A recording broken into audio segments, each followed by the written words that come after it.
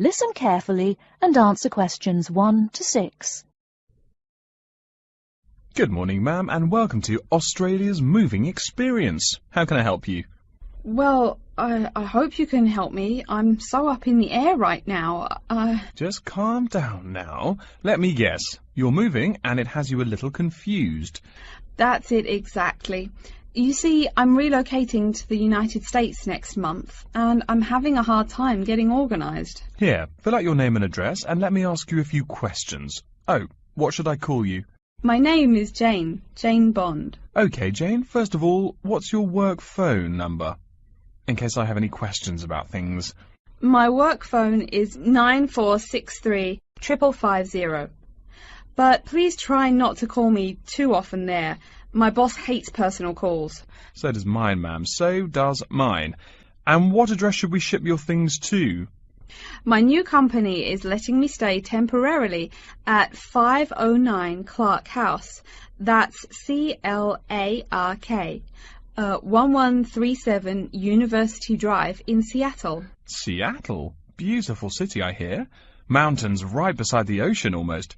Cooler than Australia, too. OK, and when should we come pack your things? I guess that would be on Monday, March 11th. Do you want any help with an after-packing clean-up? We do that for a small additional charge. Yes, that would be helpful. I promised the landlord I'd give her the keys back by 5 p.m. on Thursday the 14th. Great. We'll just schedule the clean-up for that day. That way, the place will smell clean and there'll be no dust. Well, you do think of everything. Oh, how much is this going to cost? Here is a list of our basic prices. Oh, dear. This seems rather expensive. Yes, ma'am, but you're paying for the best. We're careful and we're fast. Like we say, the only thing we break are speed records getting you moved. Well, maybe that's so. Oh, I nearly forgot to tell you. I don't want my furniture shipped with me. I won't be looking for an apartment till after I arrive in America. Would it be possible to put my furniture in storage here for a month, then have it sent along later? Of course, we do that all the time. A couple of other things. Here at A Moving Experience, we try to pack your things logically. We don't just throw stuff in boxes. Now listen and answer questions 7 to 10. Do you have any special requests? You know, things you want packed in some special place, so you know where to find them. Like what? Oh, I don't know. Things like dishes, maybe. Not to be rude, but you look like a lady who likes to eat. Ah, yes, I need my dishes and things where I can find them quickly. Great. We'll put those dishes and cutlery in what we call the emergency pack. Can you think of anything else? I do have an antique tea kettle my great-grandmother gave my mother. I wouldn't want to lose that. So I guess you'd better put that in storage with the furniture. Grandma's tea kettle with the furniture. Got it. Say, how about things like your alarm clock? You don't want to miss your plane on the big day, right?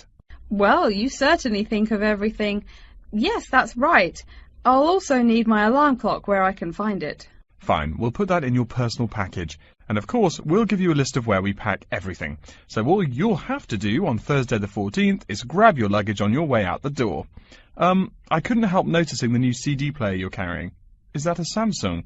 Why, yes it is. One of their best. Cost me nearly $100, it did. Do you want to take special care of it? I mean, it's brand new. Take care of it, but nothing special. You can just put it in storage with the furniture. That looks like everything we need here. I guess you're all set. That was certainly quick. Thank you, young man. This has been a most moving experience.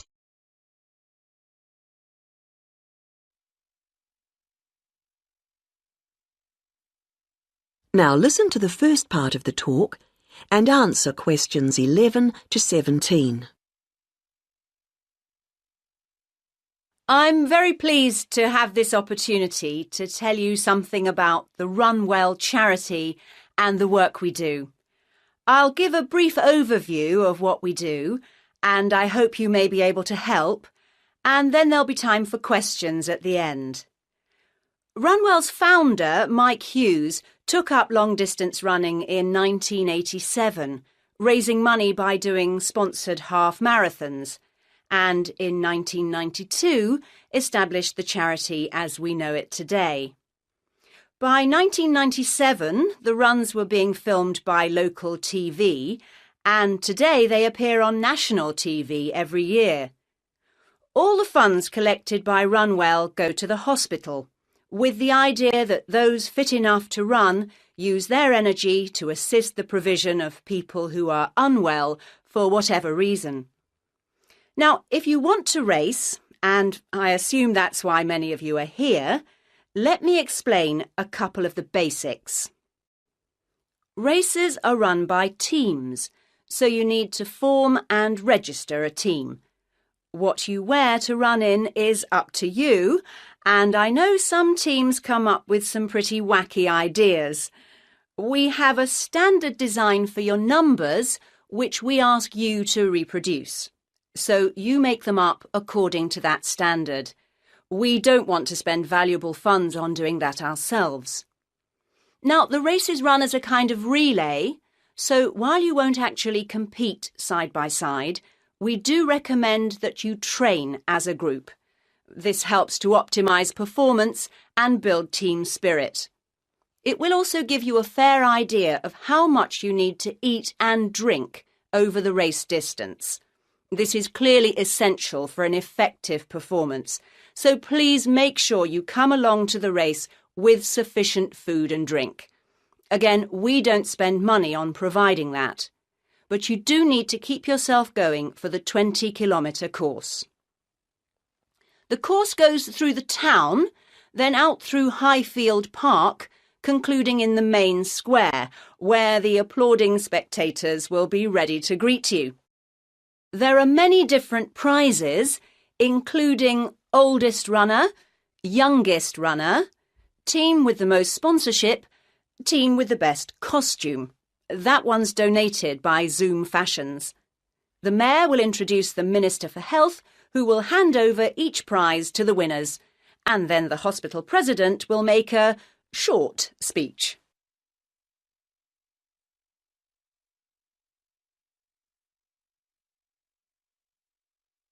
Now listen and answer questions 18 to 20.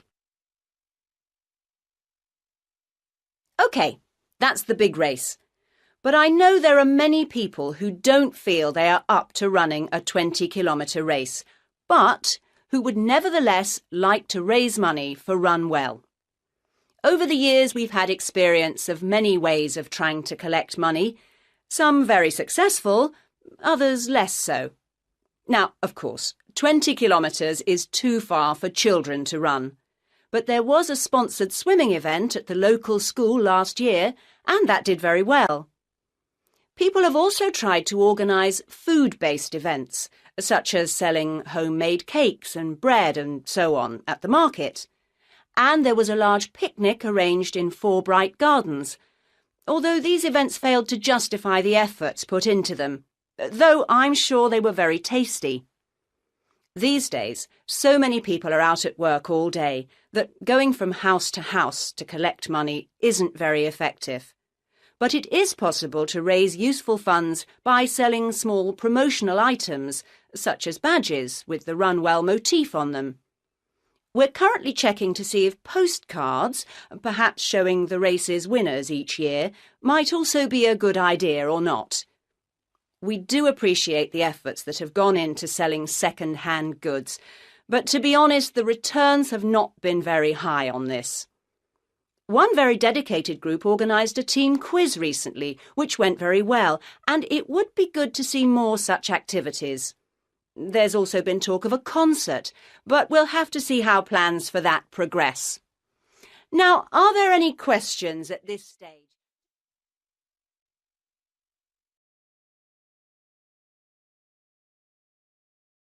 Now listen carefully and answer questions 21 to 26. Hello, are you Professor Van Diesen? Yes, I am. And who might you be? Oh, sorry, my name is Tina. I'm a freshman here. They told me I should ask you for advice in choosing courses. Well, that's part of what I'm here for. Please come in and sit down. Now, what are your questions?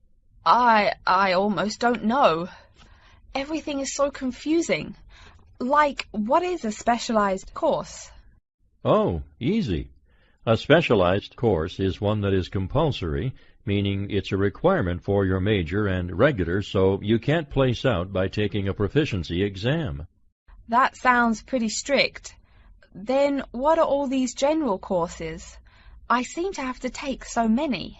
Nothing to be alarmed over. These are courses open to all students and not directly related to your major. The university offers these general courses to choose so that you can become more well-rounded individuals. For example, I see you're a microbiology major, so it might be a good idea to take some literature or history courses so that you can know something besides all science. You mean these courses are like for fun? That might be one way to look at it, but don't tell the literature professor such a thing. Think of a general course as the opposite of a specified course. A specified course is one that pertains directly to your major. So, can I take any microbiology course I want? Let's see.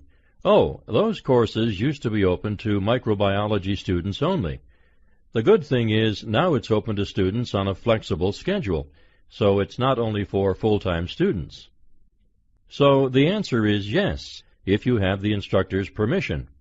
May I ask you why you chose microbiology? Well, I also like plain old biology too. You know, full-size animals. I might even become a veterinarian. Could I take some biology classes? Well, they are open to full-time students only, which I believe is what you are. I don't know how a freshman would get along with microbiology, though. I mean, most of the students presently looking into it are from off-campus. Off-campus? Yes, you know, people who use it in their work at hospitals, laboratories, even a police detective. Why did you choose microbiology, if I may ask? I don't think you quite answered that. Well, eventually I want to be a doctor. At least my dad tells me so. If I may say so, young lady, you seem a little uncertain. Still, I think that might be a good idea for a career. Of course, if you're thinking about being either a doctor or a vet, you should take some medical science classes before you even think of applying to med school. Great! What should I take? There is one small problem. The new medical sciences building is under construction, so there are no experimental facilities available until next year. I'm afraid you'll have to wait, but don't forget to take those courses at the first opportunity. Oh, bummer. Is there any other course you'd recommend for someone like me? Well, since you seem to like animals, have you ever thought about looking into environmental science? No, I never really thought about it before. Is it worthwhile? Quite. In fact, it's the fastest growing subject on this campus.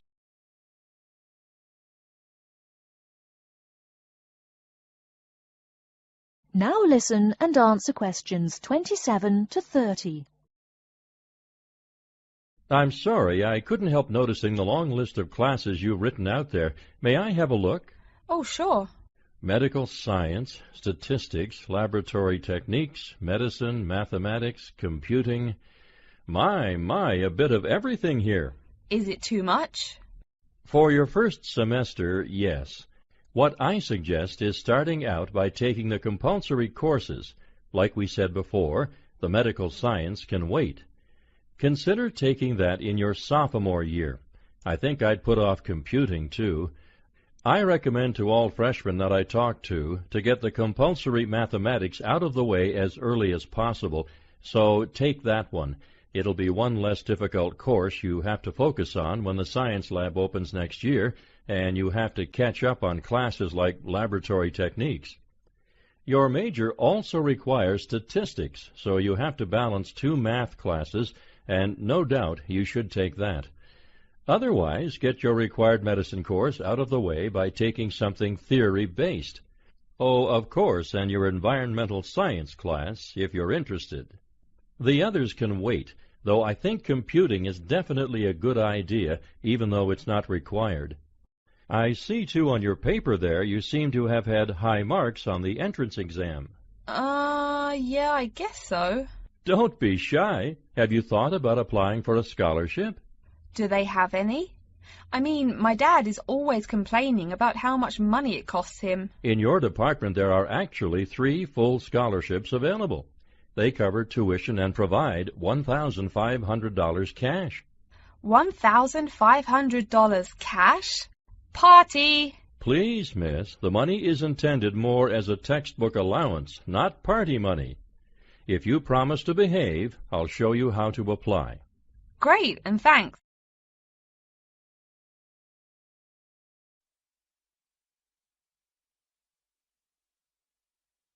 Now listen carefully and answer questions 31 to 40. Last week we looked at some general principles associated with marketing, and today I'd like to look at some of those points in a little more detail. So, what is marketing? Or put another way, what does the term marketing mean? Many people think of it simply as the process of selling and advertising, and this is hardly surprising when every day we are bombarded with television adverts, mail shots, and telephone sales. But selling and advertising are only 2 functions of marketing. In fact, marketing, more than any other business function, deals with customers. So perhaps the simplest definition is this one. Marketing is the delivery of customer value and satisfaction at a profit. In other words, finding customers, keeping those customers happy, and making money out of the process. The most basic concept underlying marketing is the concept of human needs. These include basic physical needs for things like food, as well as warmth and safety. And marketers don't invent these needs. They're a basic part of our human makeup. So, besides physical needs, there are also social needs, for instance, the need to belong and to be wanted. And in addition to social needs, we have the need for knowledge and self-expression, often referred to as individual needs. As societies evolve, members of that society start to see things not so much in terms of what they need, but in terms of what they want. And when people have enough money, these wants become demands. Now, it's important for the managers in a company to understand what their customers want if they're going to create effective marketing strategies. So there are various ways of doing this. One way at supermarkets, for instance, is to interview customers while they're doing their shopping. They can be asked about their buying preferences, and then the results of the survey can be analyzed. This provides reliable feedback on which to base future marketing strategies. It's also quite normal for top executives from department stores to spend a day or 2 each month visiting stores and mixing freely with the public, as if they were ordinary customers, to get an idea of customer behavior. Another way to get information from customers is to give them something. For instance, some fast food outlets give away vouchers in magazines or on the street that entitle customers to get part of their meal for nothing. As well as being a good way of attracting customers into the restaurants to spend their money, it also allows the managers to get a feel for where to advertise and which age groups to target. Another strategy employed at some well-known theme parks, such as Disneyland, is for top managers to spend at least 1 day in their career touring the park dressed as Mickey Mouse or some other cartoon character. This provides them with the perfect opportunity to survey the scene and watch the customers without being noticed. Okay, well, we mentioned customer satisfaction at the beginning of this lecture, and I'd like to return briefly to that as it relates to what we've just been talking about. If the performance of a product falls short of the customer's expectations, the buyer is going to be dissatisfied. In other words, if the product you buy isn't as good as you'd expected, then the chances are you'll be unhappy about it. If, on the other hand, performance matches expectations and the product you buy is as good as you expected, then generally speaking, the buyer is satisfied. But smart companies should aim 1 step higher. They should aim to delight customers by promising only what they can be sure of delivering and then delivering much more than they promised. So then, if, as sometimes happens, performance is better than expected, the buyer is delighted and is twice as likely to come back to the store. Now, let's move on to look at the role of advertising. You now have half a minute to check your answers.